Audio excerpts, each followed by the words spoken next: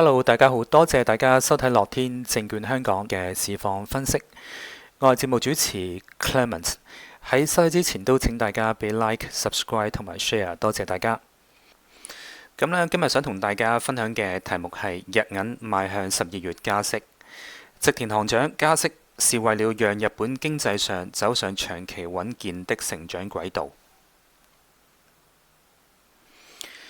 咁呢，首先我哋睇翻第一啦。日銀行長演講為12月加息鋪路。咁日本銀行行長植田和男啦喺12月1號喺名古屋發表演講，講到即將會喺18至19號舉行嘅12月議息會議。咁佢表示正積極收集企業對加薪態度嘅數據，希望能夠喺會議上得出是否加息嘅結論。換句説話講，就係暗示12月份加息嘅機會好高。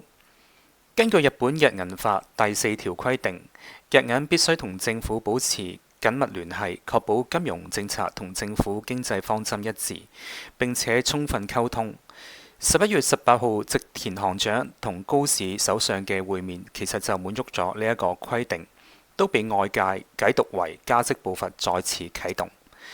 植田行長喺演講之後嘅記者會上表示，與首相同大臣交流咗嘅誠懇而良好嘅意見，咁佢暗示啦，加息前咧同政府嘅溝通程序已經完成。另外第二啦，日本國內外經濟不確定性下降，日元貶值導致物價存在上行風險。咁首先講外圍經濟啦，日銀喺最新嘅經濟預測中指出，以往擔心特朗普關稅影響導致經濟放緩嘅風險已經減少。喺10月嘅議息會議入面，已經出現咗美國經濟仍然保持增長呢類嘅正面觀點。由於經濟不確定性一直都係延遲加息嘅主要理由，所以行長親口話下行風險減低，意義重大。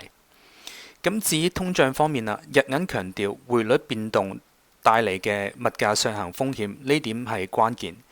咁雖然日銀唔可以日元貶值作為直接理由去改變呢一個政策，但如果總結植田行長對於物價嘅意思，其實就係我哋正密切留意日元貶值嘅情況。咁第三，經濟預測可信度提高，意味着加息時機接近。跟住再睇翻日銀喺聲明入面嘅重點政策啦。首先，佢哋提到如果經濟同物價嘅展望能夠實現；其次提到加息係屬於金融寬鬆程序嘅調整。換句話講啦，咁當通脹達到2% 嘅目標，政策利率應該係維持喺呢一個中立嘅水平。咁現時利率遠低過呢一個中立嘅利率，所以即使加息都唔代表金融寬鬆結束，而係令金融寬鬆程度慢慢下降。第四，為12月議息收集資訊，謹慎決定是否加息。咁至於加息時機，有幾個明顯嘅線索。第一個係喺10月記者會已經講到嘅明年春季勞資談判。第二個就係央行話正會透過總行同埋分行積極收集企業加薪態度嘅資料，咁以迎接12月18至19號嘅會議，並強調會謹慎決定是否加息。咁呢啲講法其實已經相當明確，除非市場出現咗呢一個變劇，否則12月加息幾乎係定局。第五，政策利率慢慢靠近中立水平，與政府高壓政策有矛盾。日銀喺聲明啦，仲講到我哋認為呢啲將會令到政府同日銀嘅努力獲得成果。咁呢句説話可能暗示央行對政府經濟政策方向有啲擔心。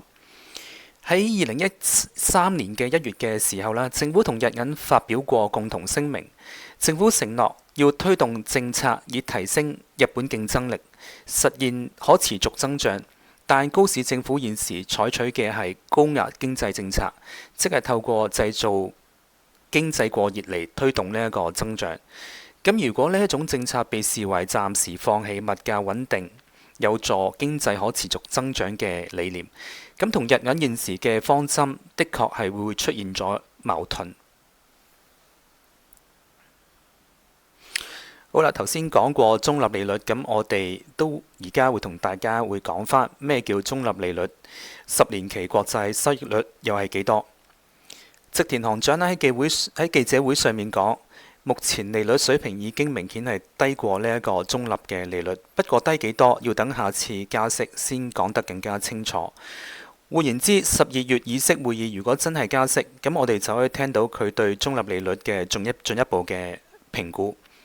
咁假設啦，中立利率係本次加息週期嘅最終目標，而每半年加息一次，咁去到2027年年中政策利率大概會到 1.5%。利率衍生品市場將會將呢個水平視為最終利率。如果以往平均嚟睇啦，政策利率同10年期國債利率嘅利差大概係 1.3%。咁即係話，當政策利率 1.5% 嗰陣時，10年期收益率大概會喺 2.8% 左右。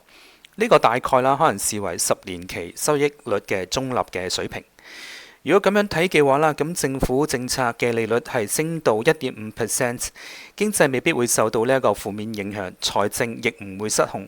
所以理論上嚟講啦，加息後日銀仍然有2至3次嘅加息空間。但實際情況嚟講，都會視乎翻通脹同埋經濟嘅走勢。咁如果日銀繼續以呢一個溫和嘅方式加息，10年期收益率會突破2% 嘅可能性好大，而最終政策利率同長期利率都會逐步接近中立水平。不過中立利率唔係一個可以精確計算出嚟嘅數字，每次判斷政策利率接近中立呢一個水平，都要好小心咁樣觀察翻經濟同物價嘅反應。即使啦12月會議加息去到 0.75%， 咁我哋覺得都未必達到呢一個中立嘅階段，但好期待到時植田行長會點樣解釋佢對呢一個中立利率嘅最新嘅睇法。OK， 咁今日嘅分享差唔多到此為止。喺呢一度都再一次都多謝大家對樂天證券嘅支持。如果大家對我哋公司有任何嘅查詢，可以同我哋聯絡。咁記得 subscribe 同埋俾翻個 like 我哋。我哋下次再同大家見面。多謝大家，拜拜。